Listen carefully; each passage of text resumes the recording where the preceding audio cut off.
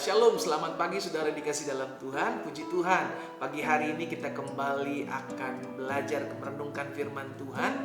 Dan masih bersama saya, Pastor Glenn Lantuheru, dan masih dalam program Bible and Coffee.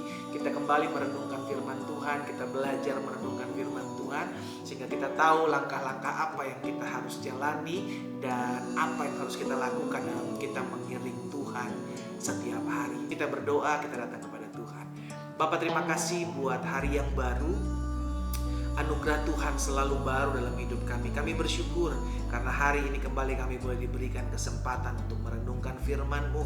Kami buka hati kami untuk merenungkan firman-Mu. Bicara bagi masing-masing kami ya Roh Kudus. Di dalam nama Yesus kami berdoa. Haleluya.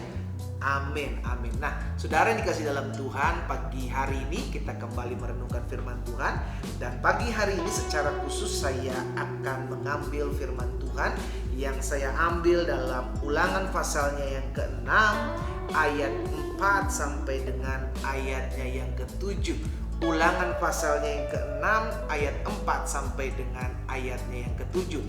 Kita perhatikan firman Tuhan ini. Dengarlah, hai orang Israel, Tuhan itu Allah kita, Tuhan itu Esa, iya kan? Tuhan itu satu. Jadi kalau ada yang bilang orang Kristen menyembah tiga Allah, kembali lagi baca Alkitab dengan benar. Kita menyembah Allah satu, saudara, ya kan? Tuhan itu Esa.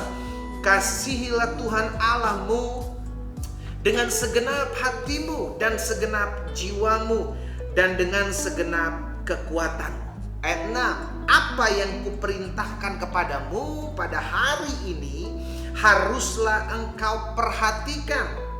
Jadi jelas Tuhan sampaikan kepada bangsa Israel yang sampai sekarang terus menerus. Dan kita pun mengimaninya bahwa yang pertama Tuhan itu Esa. Dan yang kedua, apa yang kita dapati, kita pelajari dari firman Tuhan, kita ingat selalu. Dan yang kita lihat lagi di ayat yang ke-7, haruslah engkau mengajarkannya berulang-ulang kepada anak-anakmu dan membicarakannya. Perhatikan, apabila engkau duduk di rumahmu. Yang kedua, apabila engkau sedang dalam perjalanan. Yang ketiga, apabila engkau berbaring. Dan yang keempat, apabila engkau bangun. Saudara yang dikasih dalam Tuhan, hari ini saya mau bahas tentang warisan. Apa yang kita tinggalkan, apa yang kita ajarkan, apa yang kita bawa kepada anak-anak kita kelak, itu yang akan menentukan hari depannya.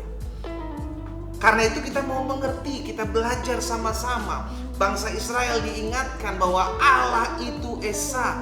Dan perhatikanlah apa yang Tuhan katakan terus. Firman Tuhan kita perhatikan. Karena itu Tuhan bilang sama Yosua ketika Yosua akan masuk ke tanah Kanaan, menyeberangi sungai Yordan, jangan kecut dan tawar hati.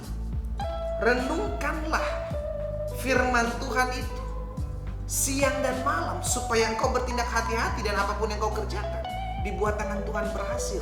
Jadi bangsa Israel diajarkan mulai dari sejak dini, sejak kecil. Dan itu sebabnya kita juga belajar hari ini. Kita meninggalkan suatu warisan kepada anak cucu kita, kepada keturunan kita, bahwa hiduplah takut akan Tuhan. Mungkin sebagian saudara bilang, tapi pendeta, anak saya kepala batu, anak saya gak mau dengar-dengaran. Saudaraku, tidak ada kata yang terlambat untuk memulai sesuatu. Yang jadi pertanyaan, kita mau mulai kapan? Kan begitu. Kalau kita mau mulai hari ini, kita mulai hari ini. Jangan ditunda. Kalau kita bilang, tapi dia anak-anak saya masih belum mau dengar, gak apa-apa. Karena kita punya sesuatu yang kita percaya sebagai benih yang kita tabur. Firman Tuhan berkuasa. Kalau kita taburkan benih firman Tuhan, maka pelan tapi pasti itu akan tetap tinggal dalam hati. Sehingga anak-anak kita bertumbuh dalam terang firman Tuhan, bertumbuh takut akan Tuhan.